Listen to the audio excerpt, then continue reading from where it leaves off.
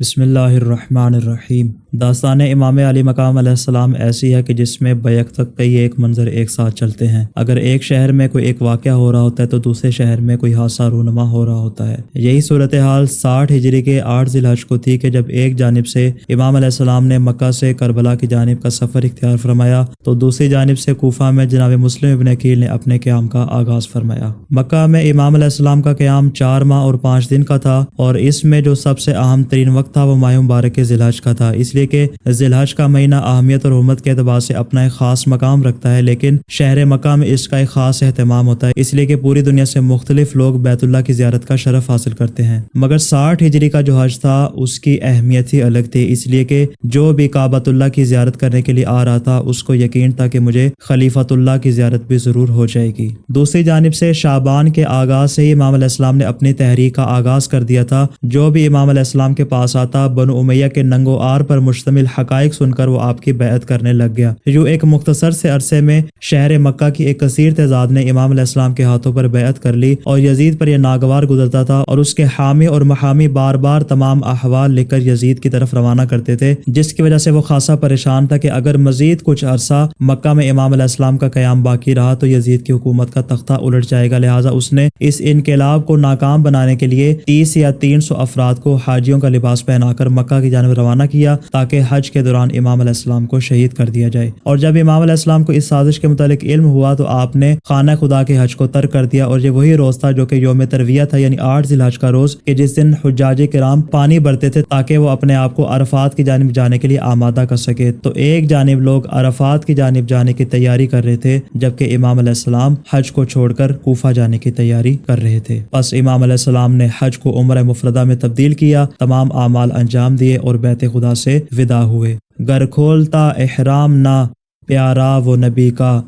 کعبے میں گلا کاٹتے فرزند علی کا۔ پس جب امام علیہ السلام نے مکہ سے جانے کی تیاری مکمل کر لی تو آپ کی راہ میں 2 طرح کے افراد رکاوٹ بن رہے تھے، اور یہ وہی افراد تھے جو ابتدا سے اب تک امام کے ساتھ موجود تھے۔ کچھ افراد تو ہمدردی اور دلسوزی کی وجہ سے آپ کو کوفہ جانے سے منع کر رہے تھے، لیکن بعض افراد ایسے تھے جو تظاہر اور دکھاوا کر کے امام علیہ السلام کو منع فرما رہے تھے کہ آپ کوفہ نہ جائیں، کہ جن میں سے بنیادی کردار عبداللہ ابن زبیر کا، کہ جس کے متعلق ہم تفصیل بیان کر چکے کہ اس کا مقصد ہی یہی تھا کہ امام علیہ السلام مکہ سے جلد تشریف لے جائیں تاکہ مکہ میں باقاعدہ اس کی حکومت قائم ہو سکے۔ اور اسی طرح عبداللہ ابن زبیر کے مانند حاکم مکہ عمر ابن سعید اشتق جو کہ یزید کی طرف سے نامزد تھا، اس کی بھی یہی کوشش تھی کہ امام علیہ السلام کو مکہ میں روکا جائے تاکہ حالت احرام میں یا تو امام علیہ السلام کو شہید کر دیا جائے یا کم از کم گرفتار کر کے یزید کے حوالے کر دیا جائے۔ اور اس نے مختلف قسم کے امان نامے لکھ کر خط و کتابت کے ذریعے امام علیہ السلام کو روکنے کی کوشش کی، لیکن امام علیہ السلام نے اس کی پیشکش کو قبول نہ فرمایا۔ البتہ دوسرا گروہ جو امام علیہ السلام کو مکہ میں روک رہا تھا ان میں بنیادی شخصیت عبداللہ ابن عباس تھے، کہ جن کے ساتھ مکالمہ ہم تفصیلی طور پر پہلے بیان کر چکے ہیں کہ عبداللہ ابن عباس امام علیہ السلام کو کوفہ جانے سے منع فرما رہے تھے، لیکن امام علیہ السلام نے ان کی بات قبول نہ فرمائی، اور ساتھ ہی آپ نے اپنا مقصد بھی ان کے اوپر واضح کر دیا۔ اسی طرح جو دوسری شخصیت ہے محمد حنفیہ تھے، کہ جن کو امام علیہ السلام نے اپنی وصیت بھی بیان فرمائی، اور ساتھ میں جو عالم خواب میں رسول خدا نے امام علیہ السلام سے فرمایا تھا آپ نے وہ بھی ان کو بیان فرمایا۔ اور تیسری شخصیت ہے عبداللہ ابن جعفر جو کہ حضرت زینب کبریٰ سلام اللہ علیہ کے شوہر نامدار تھے، وہ بھی امام علیہ السلام کو کوفہ جانے سے منع فرما رہے تھے، اور حتیٰ کہ اثناء سفر میں انہوں نے امام علیہ السلام سے ملاقات کی، حتیٰ کہ حاکم مکہ کی طرف سے امان نامہ لکھوا کر امام علیہ السلام کو روکنے کی کوشش کی، لیکن امام نے ان کی پیشکش کو بھی قبول نہ فرمایا۔ اس کی تفصیل انشاءاللہ آگے اپنے مقام پر آ جائے گی۔ امام علیہ السلام نے نماز طواف سعی و تقصیر کو انجام دینے کے بعد اپنا احرام کھولا، اور آپ نے مکہ کے اندر ایک فصیح و بلیغ خطبہ ارشاد فرمایا، گویا یہ امام علیہ السلام کا خطبہ بھی تھا، اور اس کے اندر امام علیہ السلام نے اپنے مقصد کو بھی بیان فرما دیا۔ بسم اللہ الرحمن الرحیم، تمام تعریفیں خدا کے لیے ہے، وہی ہے جو چاہتا ہے سو کرتا ہے، اس کے علاوہ کوئی طاقت اور قدرت نہیں ہے۔ اور درود و سلام ہو اللہ کے پاک رسول پر، فرزند آدم کو موت سے ہرگز فرار نہیں ہے، اور انسان کے لیے موت ایسے ہی ہے جیسے جوان عورت کے گلے میں ہار۔ میں اپنے بزرگوں سے ملنے کا ایسے ہی مشتاق ہوں جیسے یعقوب یوسف سے ملنے کے مشتاق تھے۔ میرے لیے پہلے سے ہی ایسی سرزمین کا انتخاب کیا جا چکا ہے کہ جو میری شہادت گاہ بنے گی، اور مجھے اپنی آغوش میں لے لے گی۔ گویا کہ میں دیکھ رہا ہوں کہ کربلا اور نواویس کے درمیان کچھ صحرائی درندے میرے جوڑ جوڑ کو جدا کر رہے ہیں۔ خدا کی رضا ہی ہماری رضا ہے، ہم اس کی ہر آزمائش پر صبر کریں گے اور وہ ہمیں صبر کرنے والوں کا صلہ عطا کرے گا۔ اور جن لوگوں کی رسول خدا سے قرابت داری ہے وہ ان سے ہرگز جدا نہیں ہوں گے اور بہشت میں بھی ان کے ساتھ ساتھ ہوں گے۔ ان کی ملاقات سے رسول کی آنکھیں ٹھنڈی ہوں گی اور یہ خداوند عالم کا وعدہ ہے کہ جس کی خلاف ورزی ممکن نہیں۔ لہذا جو شخص بھی ہماری محبت کے راستے میں اپنی جان کا نذرانہ پیش کرنا چاہتا ہے اور خود کو خدا کی ملاقات کے لیے آمادہ کرنا چاہتا ہے تو وہ ہمارے ساتھ ہم سفر ہو جائے کہ ہم صبح سویرے یہاں سے نکل جائیں گے۔ یہ خطبہ ارشاد فرمانے کے بعد امام علیہ السلام نے وہاں جتنے بھی افراد موجود تھے سب کو 10-10 دینار دیے، اور جو امام کے قریبی رشتہ دار تھے ان کو آپ نے 20-20 دینار دیے، اور جو بھی امام علیہ السلام سے سفر کے متعلق سوال کرتا آپ اس کی سطح ذہنی کے مطابق اس کو جواب دیتے۔ اور جب جابر ابن عبداللہ نے آپ سے سفر کے متعلق پوچھا اور کہا یہ ابنا رسول اللہ آپ کوفہ کیوں جا رہے ہیں، در حالانکہ یہ کوفہ والے ہی تھے جنہوں نے آپ کے بھائی حسن کو دھوکہ دیا، تو امام علیہ السلام نے جابر ابن عبداللہ سے فرمایا اے جابر، میرے بھائی حسن نے وہ کچھ انجام دیا جو حکم خدا اور حکم رسول کے مطابق تھا، اور جو کچھ میں انجام دوں گا وہ بھی حکم خدا اور حکم رسول کے مطابق ہوگا۔ امام علیہ السلام نے عمرہ مکمل فرمایا، سب کو واضح نصیحت کی، ان پر حجت تمام کی، اور اس کے بعد امام علیہ السلام جبکہ سب لوگ عرفات کی جانب جانے کی تیاری کر رہے تھے، امام علیہ السلام نے کربلا کی جانب اپنے سفر کا آغاز کیا۔ عازم طرف راہ الہی ہوئے حضرت، تھی ہشتم ذی الحج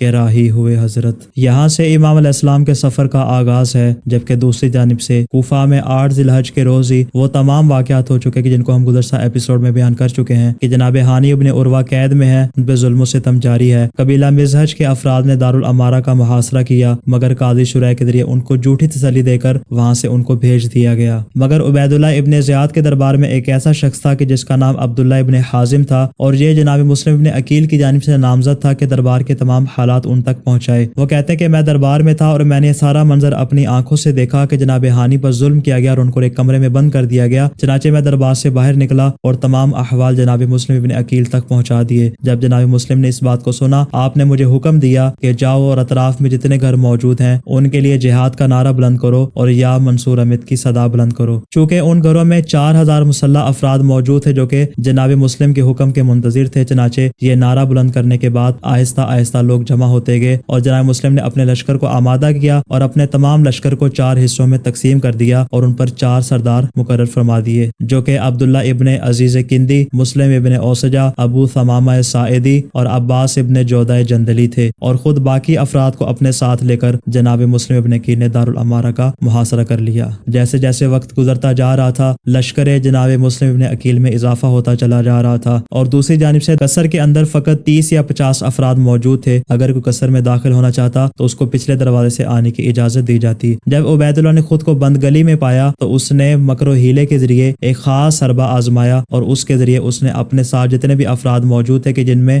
حجار ابن ابجر، شمر ابن ذیلجوشن، شبس ابن ربی، کثیر ابن شہاب اور قعقاع ابن شوزہلی، یہ وہ قبائل کے سردار تھے کہ جن کو اس نے لالچ دی اور اپنے ساتھ ملایا اور ان کو حکم دیا کہ جاؤ پورے کوفہ میں پھیل جاؤ، مردوں کو بھی گمراہ کرو اور خواتین کو بھی گمراہ کرو، اور ان کو مال و دولت کا لالچ دو، ان کو شام کے لشکر سے ڈراؤ جو یزید نے ہماری مدد کے لیے بھیجا ہوا ہے، اسی طرح ان کو بیت المال سے وظائف بند کرنے کی دھمکیاں دو۔ یہ سلسلہ دوپہر سے لے کر مغرب تک چلتا رہا، حتیٰ کہ وہ افراد جو لشکر جناب مسلم ابن عقیل میں تھے ان کی خواتین نہیں، کیونکہ جس طرح کے مردوں کو گمراہ کیا گیا تھا ویسے ہی خواتین سے بھی کہا گیا تھا کہ جب لشکر شام آئے گا تمہارے مردوں کو قتل کرے گا اور تمہاری عورتوں اور بچوں کو آپس میں تقسیم کر لے گا۔ چنانچہ ڈر و خوف کے اس عالم میں وہ ساری خواتین آئیں اور اپنے مردوں کا ہاتھ پکڑ کر ان کو ایک ایک کر کے گھر واپس لے جاتی رہی، اور ہر ایک کا یہی بہانہ تھا کہ لشکر میں تمہاری کیا اہمیت ہے، اگر تم چلے جاؤ گے تو باقی تو وہاں موجود رہیں گے۔ اسی بنا پر وہاں ایک ایک کر کے تمام افراد نکلتے گئے، حتیٰ کہ جب نماز مغرب کا وقت آیا تو جناب مسلم ابن عقیل کے ہمراہ فقط اور فقط 30 افراد تھے، اور جب آپ نے نماز ادا کرنے کے بعد مسجد سے باہر نکلنے کا ارادہ فرمایا تو آپ کے ہمراہ 10 لوگ تھے، اور جب آپ نے بنی کندہ کے گھروں کی طرف چلنا شروع کیا تو ایک ایسا وقت آیا کہ جناب مسلم کے ہمراہ کوئی ایک شخص بھی نہ تھا، کوئی ایک ایسا فرد بھی آپ کے ساتھ موجود نہ نہ تھا حتیٰ کہ جو آپ کو راستہ بتاتا یا آپ کا دفاع کر سکتا یا کم سے کم آپ کو اپنے ساتھ لے جا کر اپنے گھر میں پناہ دے دیتا۔ کی شرم خدا سے